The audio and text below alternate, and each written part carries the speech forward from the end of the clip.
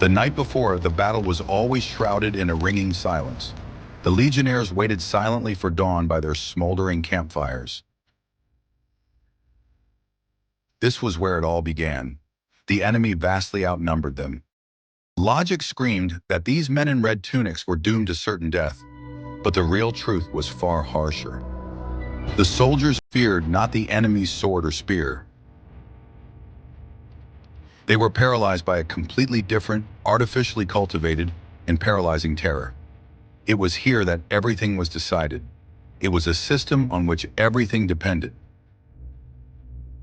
It transformed ordinary peasants into perfect, fail-safe machines of destruction. The mechanism mercilessly broke anyone who dared to show even a shred of weakness. Without this, Rome would never have become an empire. No brilliant tactics could have held the ranks together under a hail of flying arrows. What was needed was an animal fear, many times greater than the basic instinct for self-preservation. Most people don't even understand how it worked. We're shown beautiful Hollywood movies about the honor and valor of the legions. But the real secret of their ancient success lay in something entirely different. Historians rarely speak of this. The bloody underside of legionary discipline is too uncomfortable for modern romantics. This machine cold-bloodedly forced brother to kill brother for the slightest misstep. The scale of this psychological breakdown defies modern understanding. Thousands of armed men voluntarily surrendered their will to a ruthless state. They willingly became obedient cogs in a massive imperial meat grinder. This changed the course of history. Brutality gave rise to an unprecedented order that crushed the entire known ancient world. The shadows of executed comrades always stood invisibly behind the backs of these victors. But the price of this order still terrifies us today. Within the legion lurked a mechanism that even the patricians themselves feared to the point of trembling. What happened to the transgressors forever erased all humanity from them. The Roman army conquered nearly the entire known world, and this sounds like a beautiful tale of heroism. But the truth is far darker, more prosaic, and more terrifying than any ancient myth. The Romans won mainly because they feared their commanders more than the enemy's blades. This empire was built not on inspiration, but on animalistic, paralyzing fear. Most ancient armies relied on fury, personal courage, and battle fervor. Barbarians would charge into battle with wild cries, seeking personal glory in single combat. The Romans viewed this chaos as utter and pitiful amateurism. They turned war into a tedious, methodical, yet incredibly deadly routine. Surviving in the Roman army was objectively a difficult and non-trivial task. And the main threat often came not from the sharp sword of a Celtic warrior at all. The real danger lurked within the legion itself, among one's own comrades in arms. Disobedience was punished so swiftly and brutally that death in battle seemed like a relief. Imagine a modern corporation with the most toxic and aggressive management imaginable. Only instead of a reprimand from HR, you're literally beaten to death with sticks. Sounds completely wild, doesn't it? But that's exactly how the greatest military machine of antiquity operated. Today we'll talk about what happened to those who disobeyed direct orders in the legions.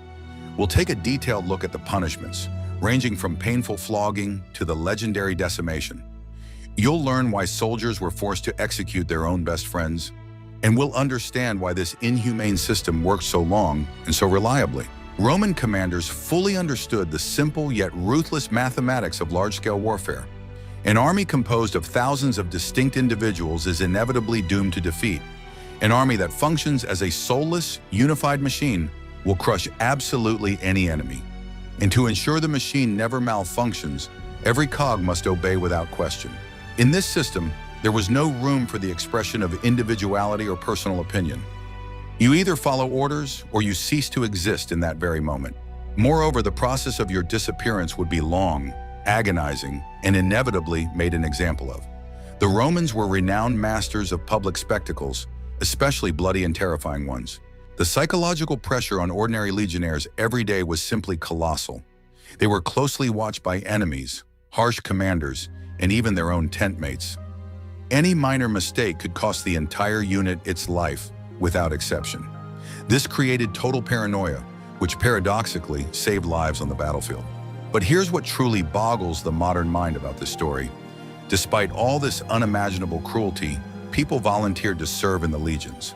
They toiled away for 20 years, enduring beatings, humiliation, and constant danger. The reason lay in the incredible financial benefits they would receive upon earning their well-deserved retirement. But to reach that coveted pension, one first had to manage to survive. And to do that, one had to forget the very word no for a long 20 years. Let's dive into the grim and brutal world of Roman military justice. And believe me, you'll be very glad to be living in the modern world. The foundation of all Roman tactics was the perfect, almost machine-like synchronization of the infantry's actions. The legion moved, attacked, and defended itself like a massive ironclad organism. If even a single man fell out of formation, the entire organism suffered a fatal wound.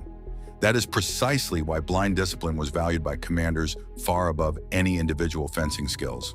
Imagine a solid wall of shields, toward which a crowd of enraged Gauls is charging with shrieks. The natural human instinct in such a situation is to turn and run for your life. But the Roman soldier stood his ground, rooted to the spot like a pillar. He simply knew that fleeing would bring him far more suffering than death by the axe. Modern military psychologists call this phenomenon a complete reprogramming of basic human instincts. The Romans deliberately broke the instinct for self-preservation and replaced it with a panic-stricken fear of punishment. Sounds incredibly cruel, doesn't it? But on the battlefield, this psychological trauma literally saved entire armies from total annihilation.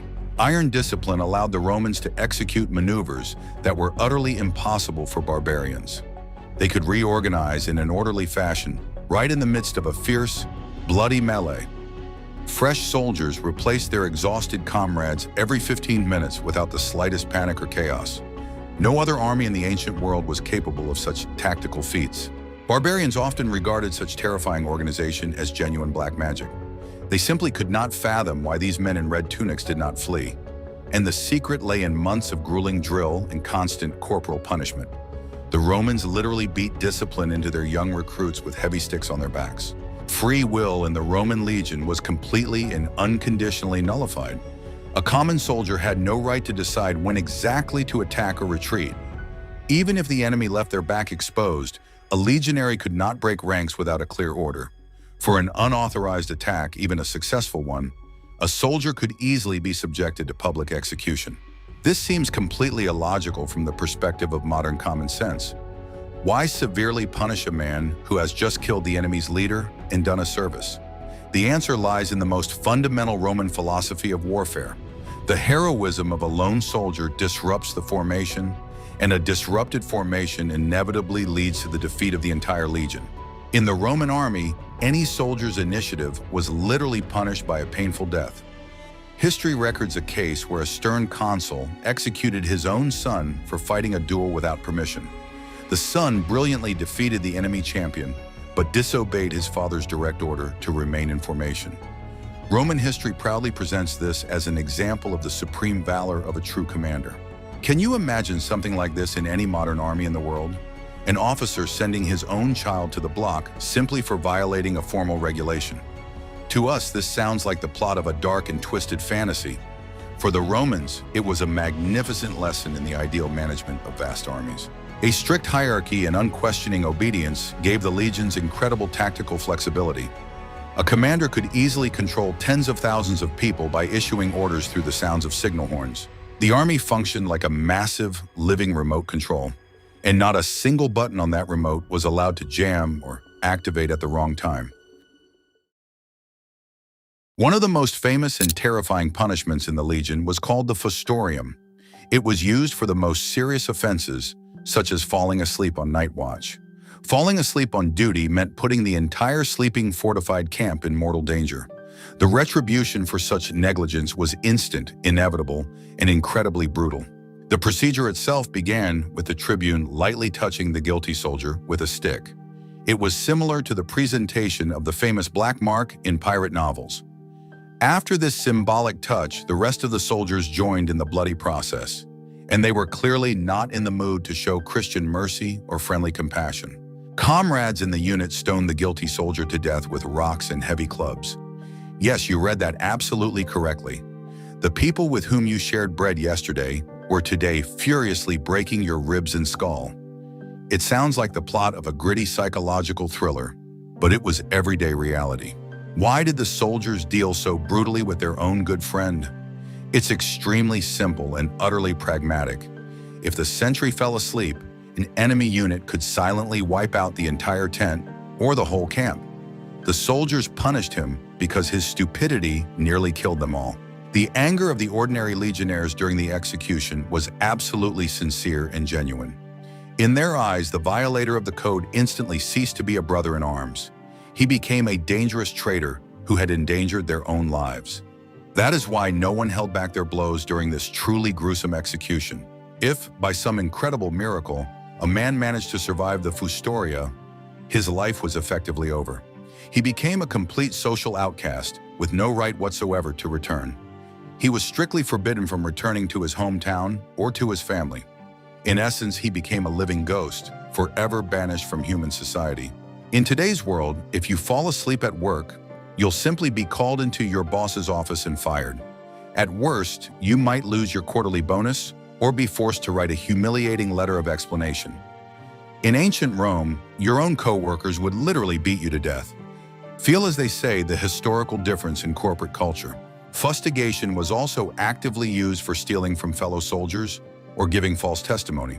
Trust within the legion was a critically important element for physical survival. A thief destroyed that trust, creating unnecessary conflicts and suspicions within the unit. And a unit in conflict is practically a dead unit in the very first serious battle. This system brilliantly and cynically solved the problem of soldiers' mutual cover-ups. Usually subordinates tend to cover up their colleagues' minor misdeeds from higher-ups. But when your life directly depends on it, friendship very quickly takes a back seat. The legionnaires themselves maintained order within the camp, no worse than any general. The fear of the Fusterium was so all-encompassing that sentries stood at their posts to the death. They might freeze their feet in the snow, but they never closed their eyes on watch. The Roman army slept soundly, knowing that the perimeter was guarded by mortal terror, and this terror worked far more effectively than any modern electronic alarm system. If the Fustorium seemed like the height of cruelty to you, brace yourself for the worst. The Romans had a special punishment for entire units that showed cowardice on the battlefield. It was called decimation, which literally means the execution of every 10th man. This is perhaps the most famous and terrifying word in the entire history of military justice. Decimation was used when an entire cohort panicked and fled from the enemy, or when a truly dangerous armed mutiny broke out within a large unit. It was impossible to execute all the offenders, since the empire constantly needed soldiers. That is why the Romans devised this blood-curdling math. The unit was divided into groups of 10, regardless of rank or length of service.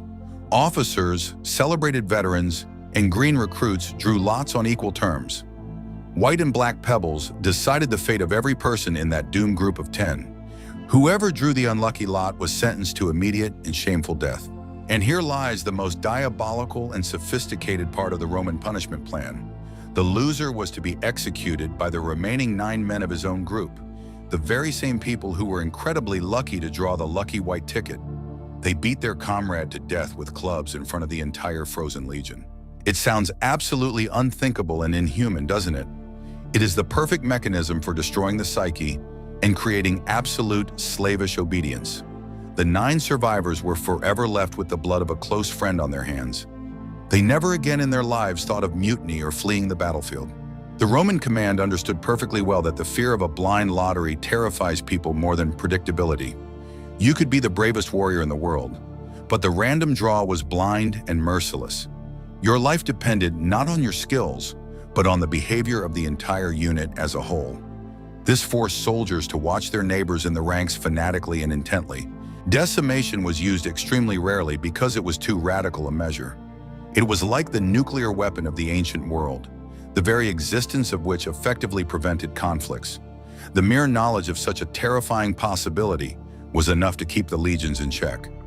Marcus Crassus successfully used it against his own troops during the war with Spartacus, to restore the soldiers' fighting spirit. After applying decimation, Crassus achieved a surprising and highly telling result. His soldiers suddenly realized that they had far more reason to fear their Roman commander than they did the gladiators. They went into the next battle with such frenzied fury that Spartacus's army was routed. The brutal logic of General Crassus's strategy proved itself 100%. Today we use the word decimation to mean the complete and merciless destruction of something. But historically, it refers to the destruction of exactly 10% in order to save the remaining 90%. It is pure, concentrated pragmatism, completely devoid of any moral or ethical constraints. The Romans did not engage in trendy humanism. They built their empire on blood. Soldiers who survived decimation did not return to normal duty that same day. They were forced to sleep outside the fortified camp, exposing them to the constant danger of a night attack. Instead of choice wheat, they were given coarse barley, which was usually fed to livestock. They were to wash away this great shame with their own blood in the next battle. The chief guardians of this cruel and bloody order were, of course, the centurions. These were not pampered generals from the nobility, but professional soldiers who had risen through the ranks from the very bottom. They were the strong backbone of the Roman army, upon which the entire vast structure rested. And in every centurion's calloused hand was a special tool for controlling his subordinates. This tool was modestly called a vetus, or a common vine. It was a sturdy yet very flexible stick, created for a single purpose. Soldiers were brutally beaten with it for any minor infractions and lack of diligence during training. A centurion with a vine was an absolute living nightmare for any new recruit. Imagine a modern top manager beating you with a stick for working too slowly. You're late with a report. You get a stinging blow. You're standing crooked. Another blow. In the Roman legion, this was not considered a crime or an abuse of authority at all. It was an official, legal, and encouraged method of maintaining ironclad work discipline. History has preserved the name of one particularly sadistic centurion, nicknamed Sado Alterum. Literally translated from Latin, this phrase means, "Give me another one." He broke grapevines over the soldiers' backs so often and so vigorously that he was constantly demanding a new one.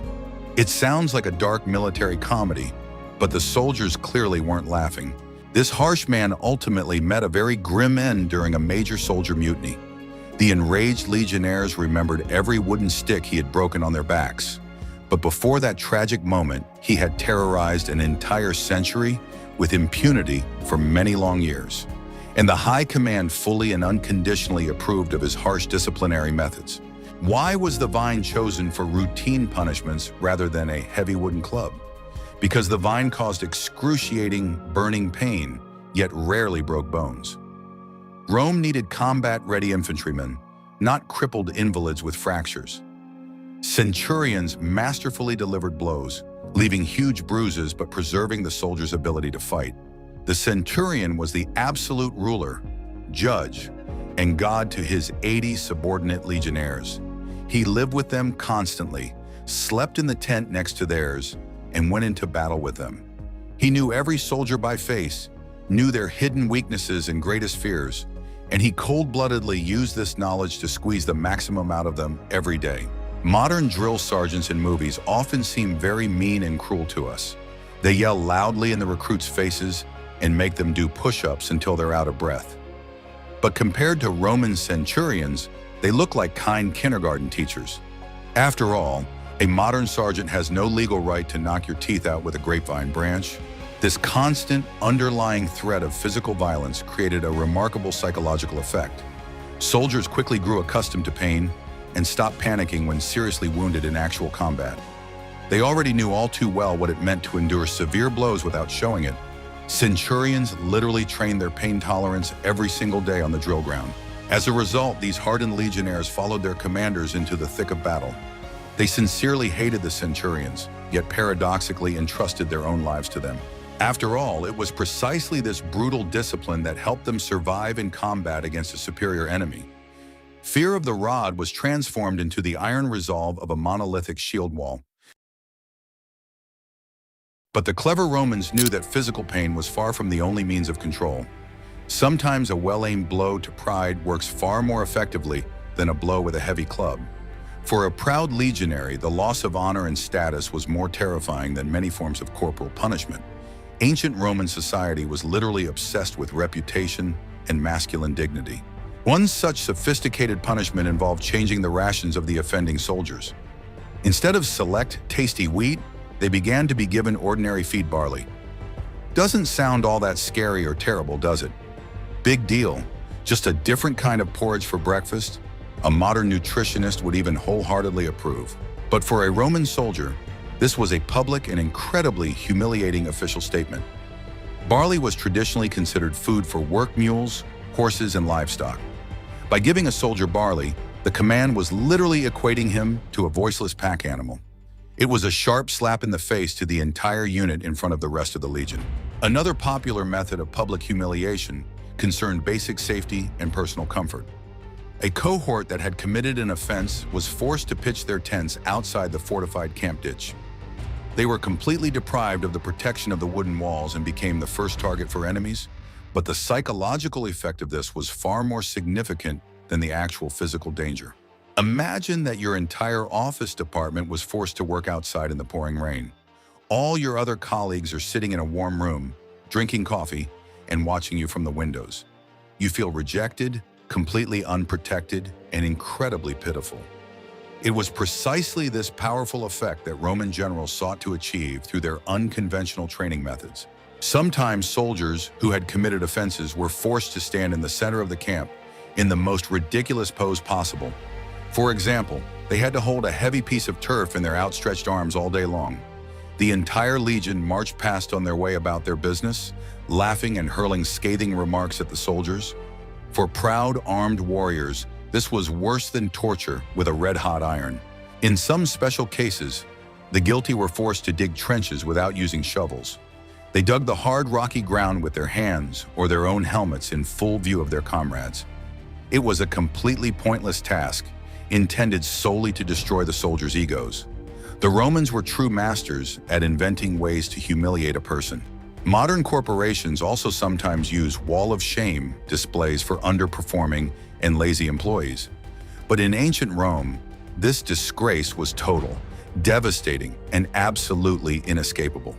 There was only one possible way to restore one's good name and status. One had to perform an act of extraordinary, almost suicidal heroism in the next battle. That is precisely why publicly humiliated soldiers fought like rabid wolves cornered. They were the first to charge the high walls of enemy fortresses to wash away the stigma of shame. They were ready to die just to eat normal wheat again instead of animal barley. Humiliation was brilliantly converted into pure, aggressive, and focused combat energy. The Roman system of punishment masterfully played on the most delicate strings of the human psyche.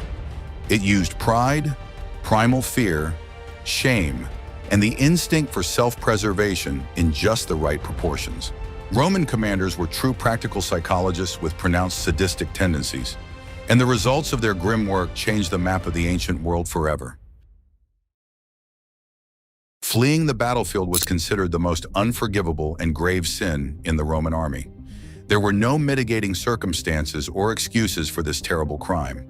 To abandon the ranks in the heat of battle meant betraying Rome, the emperor, and one's brothers in arms.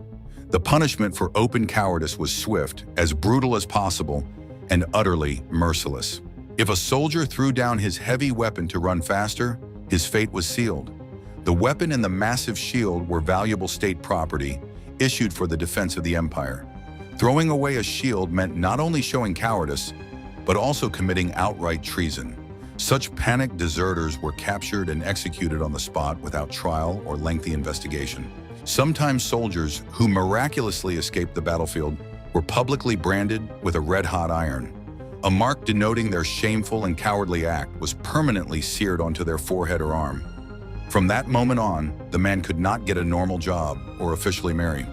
He became a pitiful outcast, openly despised even by slaves and beggars. Imagine that your worst decision in life is literally and permanently written on your forehead. You cannot hide it from your neighbors, potential employers, or random passers-by on the street. In the ancient world, this meant nothing but a slow death by starvation and complete social isolation. The Romans knew how to make a coward's life unbearable and incredibly painful. Fear of such a grim future forced soldiers to stand their ground to the death, even in hopeless situations. It was better to die quickly and with honor by the sword than to rot for decades as a branded outcast. Commanders understood this logic perfectly and actively cultivated it among their troops. They deliberately made the alternative to death in battle even more terrifying and repulsive. In some particularly illustrative cases, fugitives had their right hand publicly cut off so that they could never again hold a sword. This was not only a physical mutilation, but also a symbolic, final deprivation of warrior status. The maimed deserter was sent to beg for pitiful alms on the filthy streets of Rome. He served as a living reminder to all future generations of young conscripts. For Roman officers, the punishment for desertion was even harsher and more uncompromising. If a centurion or tribune abandoned his post, he was instantly stripped of all his acquired property. His family was often subjected to severe persecution, and he himself was sentenced to exile or death. An officer was obligated to die with dignity on the battlefield alongside his rank-and-file soldiers. Compare this to modern-day scandals, where top executives receive bonuses worth millions after a company's collapse. In Rome, such a negligent manager would literally have had his head cut off in the central city square. The military leadership's responsibility was absolute and never up for debate. This created an incredible level of trust between ordinary soldiers and senior officers. This is precisely why Roman heavy infantry so phenomenally rarely fled the battlefield. They knew crystal clear that there was simply no way back for them. Behind them lay not a benevolent homeland, but the brutal state machinery of military justice. This machinery would grind them down with no less zeal than any enemy army. The psychology of absolute hopelessness works wonders on the bloody battlefield. A man driven into a corner fights with tenfold strength, desperation, and animal fury. The Romans simply created this metaphorical corner artificially for their soldiers in every battle, and this supremely cynical tactic brought them one brilliant victory after another. Under such an inhumanly cruel system of control, riots and mutinies were absolutely inevitable. The human psyche has its limits, and the legionnaires, encased in armor, sometimes broke. This happened when pay was delayed or when service far from home dragged on for decades. At such moments, the regular army turned into the most dangerous and organized mob in the world. A mutinous legion was the worst nightmare for any Roman emperor or commander. These were tens of thousands of professional killers who suddenly decided they had nothing left to lose. They knew how to mount complex sieges, employ tactics, and were well aware of the weaknesses of the Roman war machine. Suppressing such a rebellion by force was an incredibly difficult, risky, and bloody task. Julius Caesar was a true genius at suppressing mutinies without massive bloodshed. Once his beloved 10th Legion mutinied, harshly demanding their pay and immediate discharge. The soldiers threatened to march on Rome and execute all their officers. Most commanders would have panicked, but not the cool-headed Caesar. He stepped out to face the enraged crowd of armed veterans completely alone, without any guards. And instead of threatening them with execution, he simply said a single word. He called them Quiritans, which meant civilians, not active soldiers. This brilliant psychological trick instantly shattered the fighting spirit of the fearsome rebels. By calling them mere citizens, Caesar was effectively saying, "You are dismissed in utter disgrace." The veterans, who had just been loudly demanding his resignation, suddenly realized the full horror of the situation. They begged Caesar to take them back, asked him to punish the ringleaders, and swore eternal loyalty. The brilliant politician quelled an armed mutiny with a single well-chosen word. But far from all commanders possessed the charisma and intellect of Julius Caesar. The general Germanicus faced an incredibly brutal mutiny by several legions in Germany. The soldiers brutally murdered centurions and beat tribunes, demanding a reduction in their term of service. The situation had completely and seemingly irrevocably spun out of the central government's control. When Germanicus finally managed to turn the tide, the final reprisal was horrific. He ordered the legionnaires themselves to judge and execute all the ringleaders of the mutiny. The soldiers, eager to prove their loyalty, carried out a bloody massacre of their own recent comrades. A massive mutiny was drowned in rivers of blood right inside the Roman camp itself. Stories like these vividly illustrate just how fragile the balance was within this military machine. The cruelty of the system constantly bred retaliatory cruelty, aggression, and hatred. Commanders walked a razor's edge, balancing between fear and respect. One wrong move could cost them their heads in the collapse of the entire army. Today, labor strikes are resolved through lengthy negotiations and the signing of union agreements. In Rome, a strike by armed men ended either in brilliant manipulation or in mass executions. There were no arbitration courts or soft compromise solutions to be found. The state simply could not afford to show the slightest weakness in the face of the army. Ultimately, the bloody history of Roman rebellions proves one very important thing. There is no such thing as an ideal system of subjugation, because people will always remain human. But the Romans came closer than anyone else in history to creating obedient machines of flesh and blood. And for this, they paid a tremendous price with the lives of their own citizens. The main secret behind the incredible effectiveness of all these punishments was precisely collective responsibility. The Romans quickly realized that individual punishments only work up to a certain point. True, total control begins when your neighbor is held accountable for your mistakes. This is the ancient concept of collective liability, brought to absolute and terrifying perfection. A contubernium was the smallest tactical unit of the Roman army, consisting of 8 men. They lived together in a single tent, cooked their meals together, and went into battle shoulder to shoulder. These men became closer than brothers, for their survival depended directly on it. And it was precisely this strong bond that the system of collective punishment struck it so harshly. If one careless soldier in the tent lost his weapon, the entire group of 8 was severely punished. If one cowered in battle, the entire contubernium was put on a humiliating barley diet. The command didn't need to keep track of every single legionnaire on the vast battlefield. 8 men watched over each other around the clock with the utmost, almost paranoid vigilance.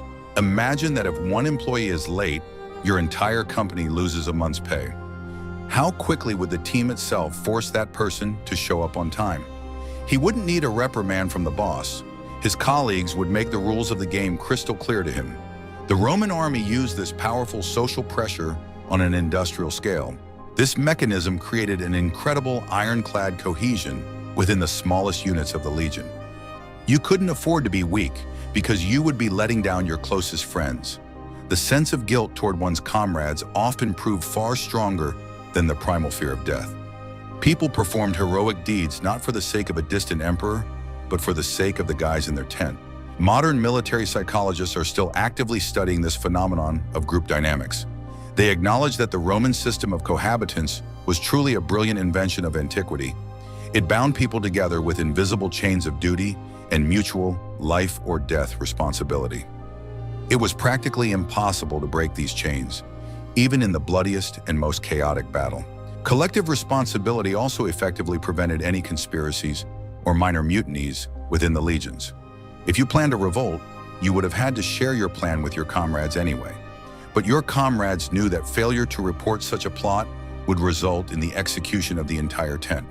Therefore, any acts of betrayal at the rank-and-file level were nipped in the bud by the soldiers themselves. This created an oppressive atmosphere of total paranoia, but at the same time guaranteed absolute combat reliability. No one could hide from the all-seeing eye of their own brothers in arms. The system brilliantly regulated, punished, and rewarded itself without the slightest interference from higher-ups. Commanders were left only to set the general strategic direction of this machine. When a Roman legion faced superior barbarian forces, this cohesion decided the outcome of the battle. The barbarians were simply a disorganized mob of individualists, where each man was responsible only for his own glory.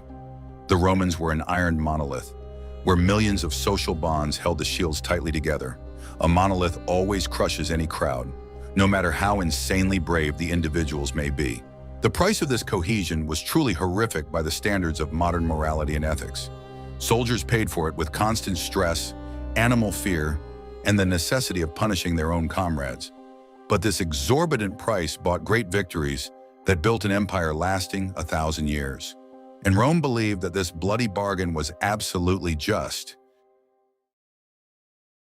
Was it possible to survive in the Roman army simply by disobeying harsh orders? The answer is absolutely unequivocal and leaves no room for interpretation. No, it was physically impossible. The Roman military machine left no loopholes for free thought or individual rebellion. The legion always operated as a single, monolithic mechanism, where every cog had to turn flawlessly. This system either ruthlessly molded a person to its standards or cold-bloodedly destroyed them. Disobedience was punished instantly and with extreme cruelty. For the slightest offense, a soldier would receive severe blows from a special vine-woven rod carried by every centurion. If a legionary fell asleep on night watch, a punishment known as the fustorium awaited him. His comrades in arms would beat the guilty man to death with clubs and stones. This mutual responsibility bound the soldiers together and forced them to keep a close watch on one another. Fear of one's fellow soldiers was deliberately made stronger than fear of any enemy. The psychological pressure of constant orders and brutal punishments changed a person's character forever. An ordinary peaceful peasant was forged into a ruthless, calculating, and obedient executor of another's will. Daily grueling training with heavy weapons turned people into veritable killing machines. Modern specialists would call this deep trauma and professional psychological deformation. But for ancient Rome, this was the archetype of the ideal citizen and a reliable defender of the fatherland. A legionnaire's life consisted not only of bloody battles and corporal punishment, it was grueling hard labor every single day, with absolutely no days off. Soldiers carried a massive amount of equipment during long marches on foot. They were even nicknamed Mari's mules, in honor of the famous commander who introduced this harsh rule. Every evening, after an exhausting march, they had to build a fortified camp with a deep moat and a high palisade. Mistakes in constructing the fortifications were also severely punished with beatings. We've grown accustomed to romanticizing the history of ancient Rome, admiring its architecture and grand gladiatorial battles. But behind every magnificent aqueduct built and every province conquered stood these very ordinary soldiers. People whose lives consisted of endless marches, grueling construction work, and a paralyzing fear of punishment. It was the legionnaires who built the famous stone roads that served the empire for centuries. Their sweat and blood became the true, strongest cement of the great ancient civilization. This ruthless system of military discipline became the Roman state's primary weapon for centuries to come. It clearly demonstrated that strict organization, flawless logistics, and primal fear always triumph over uncontrolled animal fury. Barbarians might outnumber the Romans and accidentally win a single major battle. But Rome's cold and merciless systematic approach invariably won the entire war. This is a harsh historical lesson that military academies around the world still study closely to this day. The ultimate form of collective punishment was decimation, which was applied for the cowardice of an entire unit. If a cohort fled the battlefield, the surviving soldiers were lined up and forced to draw lots. Every 10th man was brutally executed by his own comrades, regardless of rank or past personal merits. This gruesome practice clearly demonstrated the supreme value of blind discipline for the ancient state. The legionnaires understood perfectly well that fleeing would not save their lives, but would only make their inevitable death more shameful. It sounds extremely cynical, but the methods of Roman commanders were incredibly effective for their harsh times. They found a perfectly effective way to make people kill and die on a truly industrial scale. Experienced commanders skillfully manipulated the basic survival instincts of vast masses of people. It was a true dark, bloody magic of army management. And fortunately for all of us, many of its secrets have remained forever in the distant past. The fall of the Roman Empire consigned this brutal war machine to the dustbin of history. It took many dark centuries for society to gradually begin to recognize the value of each individual human being. Over time, corporal punishment began to disappear from the military codes of all civilized nations. People realized that conscious loyalty to one state works far better than blind, animalistic terror. Our world has truly come a long way from ancient barbarism to modern humanistic ideals. Today, we live in a world where human life is, after all, valued much more highly. We have detailed labor codes, basic human rights, and fair military tribunals with lawyers. It's truly very hard for us to imagine that level of everyday cruelty. After all, more than 2,000 years ago, it was considered absolutely normal and the foundation of any order. And this is the best proof that humanity is, after all, steadily moving in the right direction. The next time you complain loudly about a strict boss, just think of the Roman centurions. Your boss certainly isn't beating you with a knotty vine for a slow reply to a work email. Your colleagues will never stone you for accidentally falling asleep during a boring conference call. No one will force you to dig a deep trench after a hard day's work in a comfortable office. The life of a modern office worker is simply paradise compared to the daily routine of a Roman legionnaire. The history of the Roman army is a deeply unsettling testament to what humans are capable of.